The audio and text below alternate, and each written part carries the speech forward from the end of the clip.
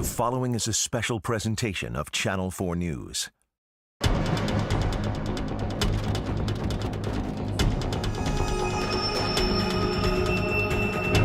triggering a forewarned weather alert day. It was like a lake in my front yard. A 4-1 live Doppler still shows very hefty storms.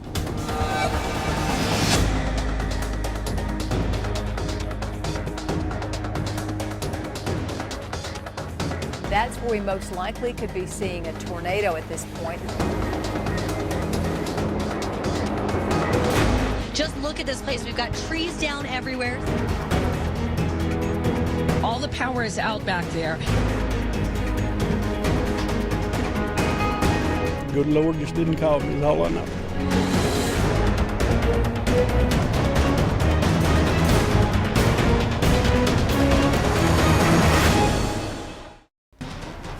Live with a forewarned weather alert. This is Channel 4 News at 5. I've lived here all my life, and everything now looks like a disaster. Powerful storms take a deadly toll in Middle Tennessee. I felt stuff just hitting me on the back and glasses flying everywhere. Tonight, crews are still picking through the rubble that stretches for miles.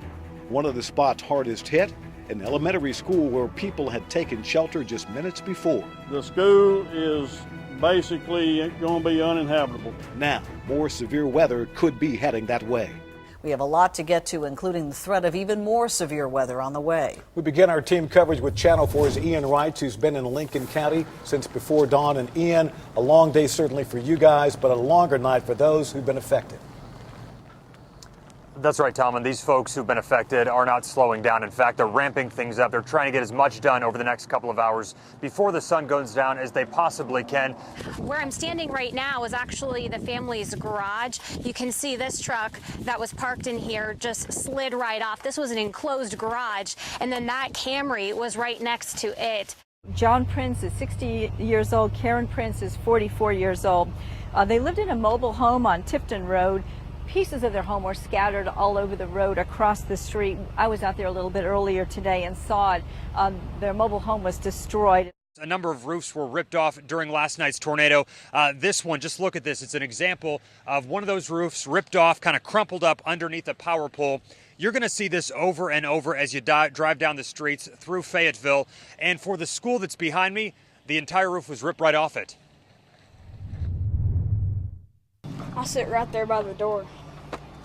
Just run that seat right up in there. Nolan Palladino spent years at this school. His mom teaches just down the hall.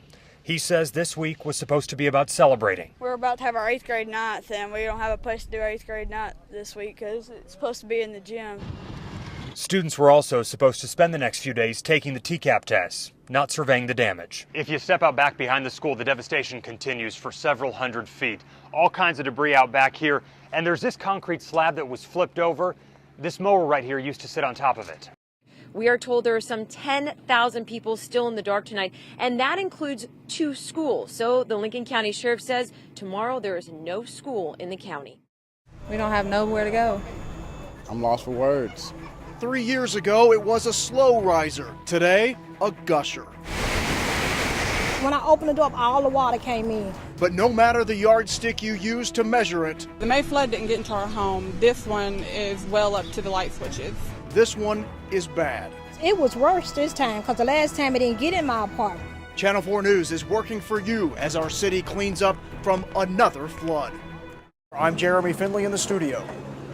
And I'm Demetria Kaladimos out in Madison, and the spot where they got the worst of it. A heavy downpour pushed a building off its foundation, left people trapped and scrambling from the high water. And Demetria, images we haven't seen since the historic flood of 2010 came back in a rush of water today.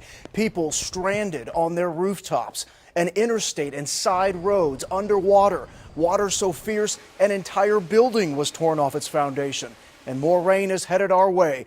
This was actually a salon on the front half and a church on the back half, and this really played an important role in this community. The church was pretty small, only had about 15 or 20 members, but the hair salon had been here for 9 years. So obviously a lot of people not only dealing with the damage, but the fact that there will now be some temporary inconveniences, to say the least. Too much water, too quickly made for a day Madison won't soon forget. Go home, be thankful that I have my family, my kids, have family that'll, support us and take care of us until we can get back on our feet. A swollen Gibson Creek damaged several low-lying homes. Some had more than 5 feet of water inside. It rose quickly early this morning, meaning some needed the help of rescuers first thing. It was very scary, especially for a 4-year-old who's never been through this, and, he's scared to death. He's going up in the attic and he doesn't know what's going on. You can see pictures and video of floodwater, but until it's rushing into your house, carrying away your things, you really don't know a flood. In the hours just before dawn this morning, that's when the worst was happening in Bordeaux. Ann McCloy was there when people were leaving their homes, some of them on piggyback. Yeah, Demetria, to give you a visual, I'm 5'4", and the floodwaters in this neighborhood came up 5 feet high, according to the residents that live here, enough to carry away cars. This one still hung up in these wires. You can see it took out that trash can up against that tree, and it came from 2 blocks away. Live with breaking news. This is Channel 4 News at 6. There has been a plane crash outside the YMCA in Bellevue. 4 people on board and no survivors. Good evening and welcome to Channel 4 News at 6. The word came just about 30 minutes ago that this was a deadly crash. Yeah, that plane is a Gulfstream 690C. Now, this is a picture of the actual plane. It went down in the back parking lot of the Y just after 5 o'clock. Everyone who was inside that building, we understand, got out safely. A command center of sorts has been set up across the street at the nearby Kroger store. Let's check in with Channel 4's Nancy Amons. What's happening there, Nancy? We are right at the entrance to the Y. Right behind me here is the driveway. As you can see, it is a very busy scene. Now, we just received word from Metro Police that there were no survivors, and the 4 people aboard that plane were all members of the same family. Right now, Metro Police is protecting this crash site for investigators. The plane went down in a clearing between the YMCA and a housing development. Avoiding both may have been the last act of the pilot of the Gulfstream before it crashed. The pilot may have made every effort to avoid that. Pilots are trained, and I'm not a pilot, but I've heard him through the years, and we've trained to that. He may have made every effort to miss that building. We have learned from the CEO here that this YMCA will be closed tomorrow, and it could be closed for a couple more days. At the time of the crash, there were some 300 people inside, and tonight we spoke to some of them. Brenda McKee had just finished the dishes this evening when she heard a loud noise. It was like a freight train. McKee looked out her kitchen window. In her sight, a plane headed for the ground. When it hit so hard, this whole back wall shook. The Metro Nashville Police Department is mourning the loss of one of their own tonight. 25-year-old officer Michael Petrina was killed along the interstate. Good evening and welcome to Channel 4 News at 6. Thanks for joining us tonight. Dozens of emergency responders rushed to the scene of this crash right along I-65 southbound to save the life of a man who was, of course, dedicated to saving the lives of others, Officer Michael Petrina. Tonight, we have team coverage on this tragic loss. We have Forrest Sanders, Carly Gordon, Haley Mason. Let's start with Forrest. And Forrest, you have details surrounding this crash. I-65 was blocked off for a large part of the day, but according to the officers who are working the scene, this day has left them shaken. This is the most serious of crashes. A Nashville police officer in service to this city has been killed. This is just a very sad day for the Nashville Police Department. I-65 north near Old Hickory Boulevard is surrounded in cones of flashing lights. But according to Metro Police Chief Steve Anderson, this is an unbelievably hard scene to work for the officers here. They spend more time with each other than they do their families. All month long, Channel 4 News at 6 is working for you. Come on out here and answer my questions. Tracking your tax dollars. This is not a reality TV show. Asking the tough questions. You sent a graphic sex video to a phone number that you didn't know. Didn't you think that this would come back to haunt you? Holding the powerful accountable. The thing that's frustrating about it is that the law's not going to do anything. Getting results. So grateful to the I-Team for looking into this. Channel 4 News, working for you. Tonight, the Channel 4 I-Team investigates crime in punishment. How could this happen? Reporting live once again from the federal penitentiary. What we exposed happening in Tennessee prisons. You see the stripes, you know where the we at. Prompted criminal investigations. I have a lot to lose to do something like this. You take a risk like I do. Don't be on CNN in the morning, man. And has lawmakers asking serious questions. Somebody's head needs to roll up. Somebody needs to lose their job over there. I believe I'm smoking better than everybody. A state agency under fire. State prison officials are hiding information from the public. I think we have our prison system under control. And former top officials saying they had to come forward with what they know. Do you think we, as the general public, are being told the truth about what's happening in the prisons in this state? Absolutely not. Good evening. It is a system designed to punish the worst offenders in the state. And for an entire year, the Channel 4 I-Team has been investigating what's really happening behind bars in Tennessee prisons. And what we uncovered led to disciplinary actions on more than 70 inmates, a TBI investigation, a hearing before lawmakers, and questions if a state agency is deleting records of violence inside Tennessee prisons. And it all started with a tip from a crime victim asking, how is it possible that convicted criminals are allowed to do this? Prison's rough, right? You're in a cell all day, the food isn't good, little to no communication with the outside, right? I believe I'm smoking better than everybody. Well, welcome to prison life in the social media age. Drugs, smokes, mounds of snacks, cash, getting tattoos, the freedom to make music, even set things on fire, using forbidden technology to show it all off on Facebook. This is the penitentiary, you hear me? Back in there relaxing, you know what I'm talking about? Relaxing, eating pizza, getting high, while you're paying for them to be here. Anybody who sees those videos, they're going to be sickened by it, they're going to be angered by it. And we're not talking about just a few inmates who figured out how to get on Facebook. Not 10, not 20, not 50. A Channel 4 I-Team investigation found more than 100 inmates in Tennessee prisons with Facebook pages, their profile pictures taken inside their cells, pages the inmates are operating from behind bars to communicate with family, friends, fellow gang members, even with inmates in other prisons. I guarantee you that when the commissioner sees this, there's going to be a reckoning, and there should be. You know, these are murderers, rapists, and other convicted criminals, and they appear to be having a pretty good time in prison. And I don't like it, but it's a problem that we face today, and it's something that we work hard on every day. Tonight, a Channel 4 I-Team investigation, keeping the promise. We have a solemn promise. There's thousands and thousands of veterans out there that they've done like this. And to bring them back and to not fulfill our promise back to them is a travesty. I definitely do believe they should have done more. He told me that it was over.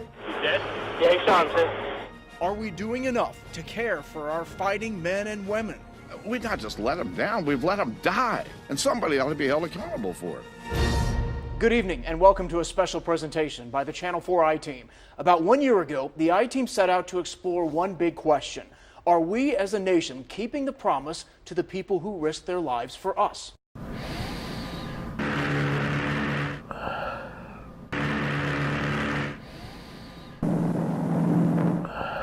Kenneth Moore's past is threatening his future. While he suffers from the effects of Agent Orange, It's been over 40-something years. the worst pain, he says, didn't come from war. The government still says, prove it, prove it. Moore is among the veterans in Tennessee stuck in a government waiting game. He's been waiting more than 2 years and has been denied twice for disability benefits. I'm so dark. And when you hear what he's gone through to try to get his claim resolved, you'll understand why the tears come so easily. I'm so sorry. Moore was a 19-year-old stationed in Thailand during the Vietnam War and was sent several times to Vietnam for radio work. He remembers seeing and feeling the strange herbicide being sprayed on the trees. When it was on your clothes and stuff, it was like a powder. And when he returned to the States, the memories of Vietnam remained. I have taken medication because of the nightmares. Even today, I still take medication for the nightmares. After he started having heart and lung problems, he filled out a disability claim with the VA. His discharge papers clearly state Vietnam Campaign Medal. He had an Agent Orange specialist with the VA diagnose him with heart disease and was placed on the Agent Orange registry. Another doctor diagnosed him with PTSD. So imagine his surprise when the VA denied his claim, not once, but twice over a 2-year period, saying there was no proof of PTSD, no proof he was exposed to Agent Orange, and because he was originally stationed in Thailand, they said there was no proof he was ever even in Vietnam. It's just like you're a liar, you know. Kenneth's wife, Judy, says the motto of veterans fighting the VA for benefits is this: deny, deny, deny till they die. Health experts say pastors are using these chambers to make potentially misleading promises. Well, when we got a complaint about controversial chambers used by the pastors, we decided to take our hidden cameras inside. You see, they call themselves doctors, but they don't have a medical license. And even one top expert says, in his opinion, their practice is potentially dangerous and misleading. Meet pastors and twin brothers Dale and Gail. Along with being singers in the gospel group the Hammond Brothers, they also say they're doctors. Doctor of herbology, yeah. Even their business cards say it. And what they recommend for treatment for some patients, this. So what are they? These are hyperbaric chambers, the portable kind. The FDA has only cleared them for certain medical uses such as mountain sickness. Typically, doctors use bigger hyperbaric chambers like these to treat decompression sickness from deep water diving at places like Duke University. But the Hammonds chambers are in a building next to their church in a place they call their clinic. This is church. And when we told one of the nation's experts on hyperbaric chambers about what they're doing, he had this advice for anyone going there. Turn around and walk away. Go try to find a legitimate hyperbaric treatment facility. How long do you spend in there? 1 hour. We started investigating what the Hammonds called their clinic after a source requested an investigation by the state and the Channel 4 I-Team to look, quote, into the background and treatment that they are administering to the elderly, ill, and wealthy. We started by going into the clinic ourselves wearing a hidden camera and asking first, why would anyone in Middle Tennessee go into one of the chambers with portholes that's typically used to treat problems like decompression sickness or carbon monoxide poisoning? Dale Hammond said all of us are deprived of oxygen and these chambers boost your oxygen levels. And the Hammonds added these chambers can be used to treat all kinds of problems. We asked about hair loss. They said hyperbaric oxygen therapy would help. I even asked about a medical condition I have. I have an autoimmune problem. Oh, what? I told him my doctor recommended steroid injections. Oh, it's not. Okay. So you think the hyperbaric could help? Yeah. Okay. And how long would I have to go into these chambers? It depends on what's going on. Typically, there's 40 people. Yep, that's 40 times, sometimes an hour at a time. Patients go in the chambers. We watch as people went in, sometimes with what appears to be a mask, and were put inside. So we took all this to the medical director of the Duke University Center for Hyperbaric Medicine, and here's what he had to say. There's no evidence that hyperbaric oxygen therapy reverses hair loss. Diamonds. That one word got your attention. They're a girl's best friend, a guy's biggest splurge, the timeless symbol of priceless love. But what if you were told the diamond you dreamed of and saved for wasn't nearly as valuable as you were led to believe? Tonight, the Channel 4 I-Team goes undercover in perhaps the best-known jewelry store in the city. The spring savings continue at Genesis Diamonds. In the diamond game, they're a major player. Just look and listen. Don't miss incredible spring savings exclusively at Nashville's own Genesis Diamonds. Voted best place to buy an engagement ring. Official jeweler of the Tennessee Titans. But when it comes to selling diamonds, some say Genesis is scoring with a trick play. When somebody is deliberately offering one thing and then giving them another, I just don't think it's fair. It's not right. To understand what's happening, you'll need a quick lesson in how diamonds are evaluated and who does it. It's a bit of an alphabet soup. The oldest laboratory, the one that invented letter grades for diamonds, is the Gemological Institute of America, or GIA. It's got competition from a bunch of other diamond labs, most notably EGL. That stands for European Gemological Laboratory, even though it's located here in the United States. But here's where it begins to get sticky. There is more than one EGL lab. EGL International may have the same initials, but experts say it has very different diamond standards, lower standards. Genesis says fewer than 25% of the thousands of diamonds it sells are graded by that lab. But we've been told by others that most of the stones sold by Genesis at what it calls the guaranteed best prices in America are diamonds certified by EGL International. But customers may not know that difference. Back at Genesis, at least one dissatisfied consumer was told there was only one difference separating GIA stones from EGL International: the price. If this stone would have been graded by the GIA, instead of $3,600, we would have paid $5,500. If it was a GIA If certified. it was a GIA Okay. certified. Okay? They say you're selling things that, apples that are really lemons. Who are the complaints coming from? The complaints coming from the competitors. Channel 4 News is working for you.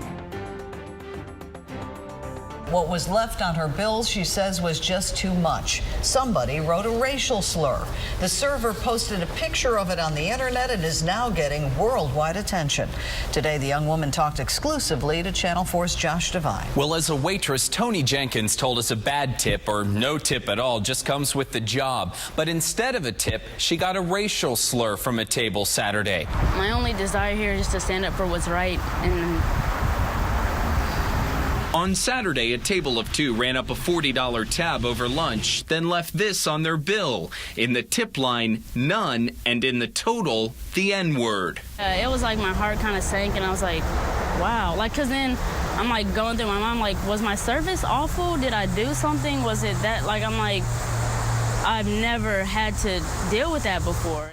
Could a few extra words on a warning sign have saved a Metro police officer's life? The man who hit and killed that young officer is talking tonight to Channel 4. He says there were some mistakes made in the minutes before the accident Saturday, mistakes that could and should have been avoided. Channel 4's Patrick McMurtry spoke exclusively with Dean Diver just hours ago. Dean and Lucille Diver were on their way home from a Florida vacation, driving the same RV they've driven coast to coast, border to border, without any problems before. Now, things were fine Saturday until they came upon a highway warning sign just before a blind curve. A sign Mr. Diver says gave him wrong information that cost the Metro police officer his life. It was 2 lanes blocked, and they said 1 was. The divers both tell the same story. They were heading home to Toledo when they saw the flashing highway sign we've all seen countless times before. Dean says he barely had time to react. I look over, I see the lanes, I go to turn over, and looked in my left mirror, and all the lanes were blocked. There was no place to go. I was on my brakes. I turned. I was headed right for the police car. I had no place to go, an emergency. Are you selling people bogus tickets?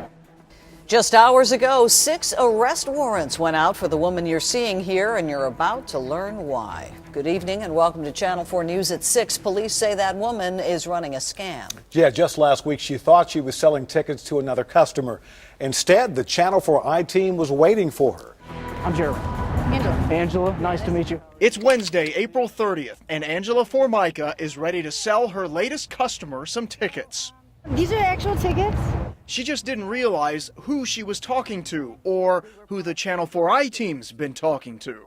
We were both just devastated. You see, Sam and Diane Wadsworth of Mount Juliet and Maggie Combs and Braden Strauss of Nashville both bought more than $500 worth of tickets from Formica through Craigslist.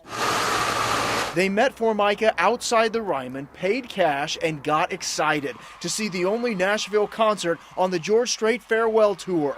But when they showed up at Bridgestone Arena, they were told their tickets were no good. These are actual tickets. So Maggie Combs worked with the Channel 4i team to go once more on Craigslist and arrange a sale with Formica to buy One Direction tickets.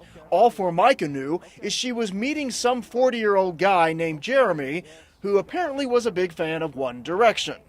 How much do you want for these? $530 for both of them. For $530, I was told all I had to do was show up. My tickets would be scanned, and I could see One Direction in all their glory. But we knew what happened to all these people. These don't look like actual tickets, they look like copies. They are the actual tickets. Yeah, these are the tickets. At that point, it was time to come clean. My name is Jeremy. I'm Jeremy Finley, and I'm with Channel 4's investigative unit. And we've been approached by a number of people that told us that you've been selling them bogus tickets. I need to ask you about that. Okay. Well, I gotta go. These people are out of a lot of money. Are these bogus tickets? No, they're not. Well, what about the other tickets that the people say that you sold them that were bogus? I mean, I Channel 4 News is working for you.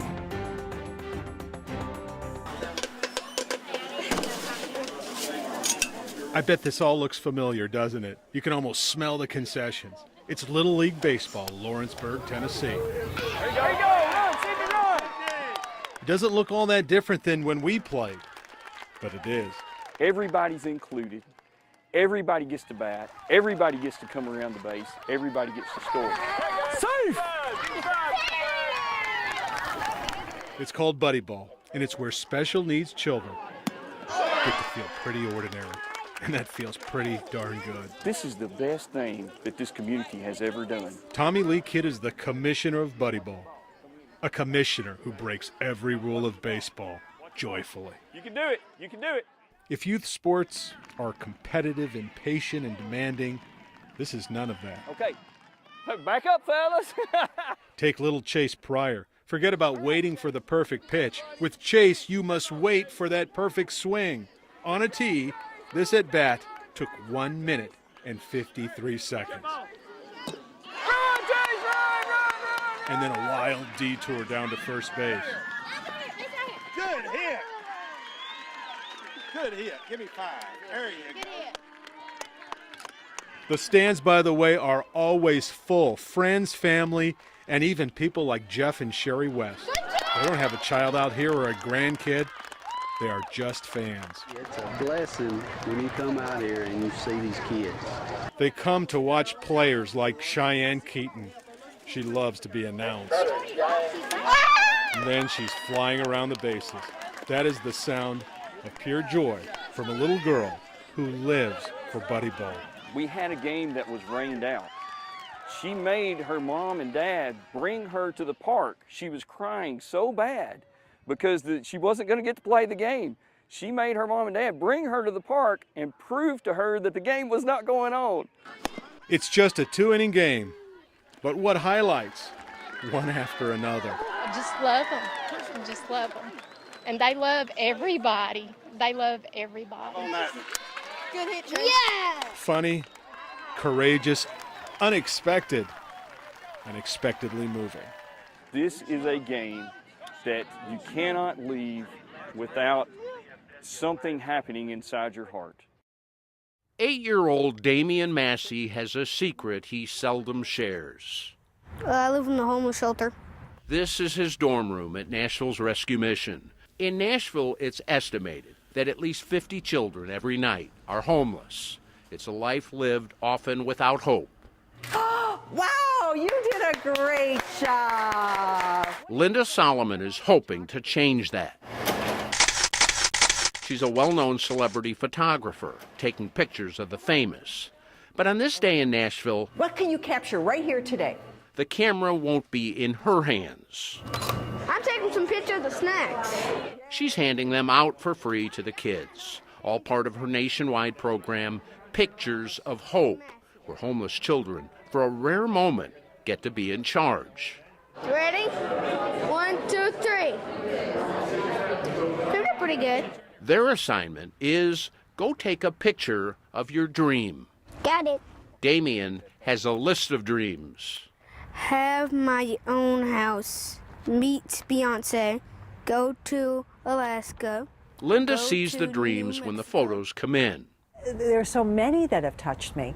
I mean, a child who was only hoping for his own bed and photographed a little bed.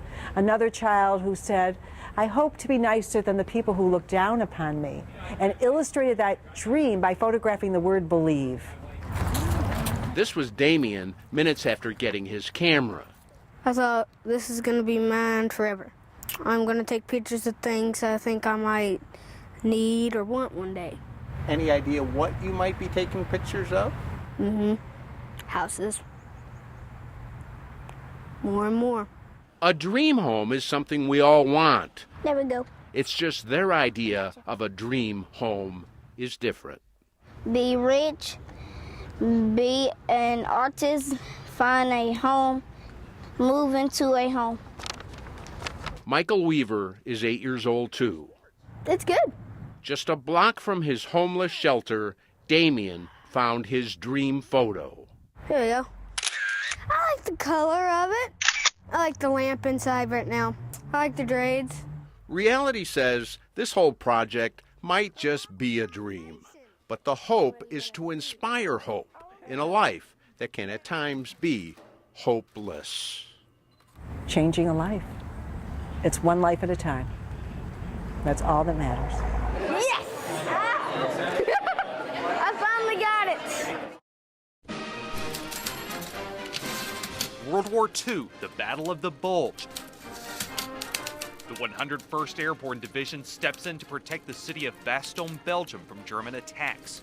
As a symbol of their gratitude, the people of the city present a bulldog to the 101st to be named Bastogne. A tradition that continues to this day. With the passing of each Bastogne, the Belgian city gives another bulldog to Fort Campbell to serve as mascot, an enduring symbol of strength and loyalty. Ladies and gentlemen of Fort Campbell, you, my friends, are listening to Rendezvous Radio. Absolutely. But today at Fort Campbell, he's Tommy. He's an 8-year-old German Shepherd. Private First Class Zachary Pilarczyk says a dog's bond to a soldier has evolved into that of friend and protector. We have some intelligence that's possibly being used to store bomb-making material or any explosive devices. Confirmed intelligence that we have. Training is underway, where 30 minutes ago C4 and nitro dynamite were hidden in a large warehouse of hundreds of hiding places. The explosive materials hidden here on this shelf and among these plastic wrapped boxes. Pilarczyk and Tommy are brought in and the clock started. So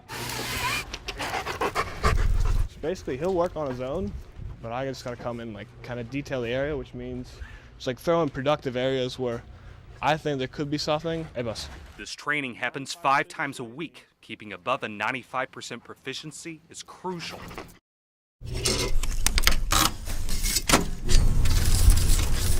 Hi, Cindy. How are you? I just got the tape and you talked about your birthday party and it sounded like you really had a good time. Hey, you guy, you ate my cupcake. Well, I'll have to eat that when I come home at Christmas then, huh? Cindy Stonebreaker of Hopkinsville has made a discovery that's changed her life.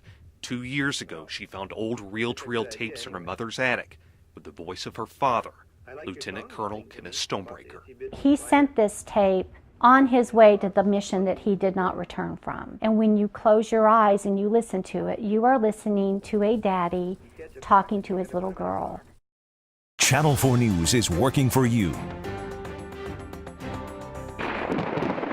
Severe weather can happen any time of the year in Middle Tennessee. And when storms come, we want you to be ready. That's why Channel 4's Forewarned Weather Team hits the road every spring and fall to keep you safe. We call it our Forewarned Weather Alert Tour.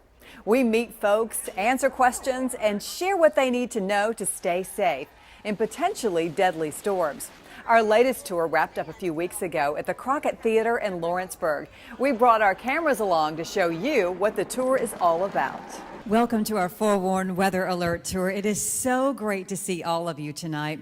The pictures that you saw there in our video, that's the reason why we're here tonight. I'm going to do a little experiment here, just a little demonstration. It's very basic, and you could do this at home if you have a hair dryer and a ping pong ball. Thunderstorms are powered by rising air. So we have a make-believe thunderstorm, this hair dryer, and when I turn it on and hold it vertically, it shoots air upward. And so we have a make-believe piece of hail, this ping pong ball, and we drop it in the make-believe updraft, and it just hangs there all day. So this is how hail forms. This is how something that big can float in a thunderstorm, getting circulated around for a couple of hours, and then the thunderstorm weakens and the hail falls to the ground. Hopefully not in your yard if it's that big. Well, Channel 4's first ever Healthy for Life Expo wrapped up just moments ago downtown. It was all about health and fitness this weekend at the Music City Center, and it was all hands-on. We had fitness and dance classes, cooking demonstrations, and all sorts of health screenings for you. There was even a chance to try out some of the high-tech tools that doctors use every day here in the Mid-State. I like the robot where you get to control and look, pick stuff up. And we brought in the experts to help us all learn a lesson or two about making healthy choices. It was standing room only when Dr. Oz took the stage. Dr. Oz even took a few questions from the audience about personal health issues. I've learned a lot. And the Today Show's Willie Geist and Jared from Subway also came to town to share their stories of healthy living. This is a 60-inch waist. We also had some cool opportunities to show how important it is to buckle up and not text while behind the wheel. I wanted to come and check out the booths and different exhibits and get some free screenings and to just try to live a healthier life. And then there was the massive kids zone, where kids could get a workout in and try their hand at doing the weather or anchoring the news. I talked with a lot of people over the past couple of days about the fitness screenings and the health screenings like the ones Walgreen put on, and they said it was really a good chance to see how they're doing and what they need to accomplish when it comes to eating right and exercise. At the Music City Center, I'm Ian Wright, Channel 4 News. Now, of course, Ian wasn't the only Channel 4 face down at the Expo this weekend. The entire news team showed up to meet and greet fans, sign autographs, shake hands, and also pick up some tips on healthy living. We had a great time meeting the thousands of folks who came to the Expo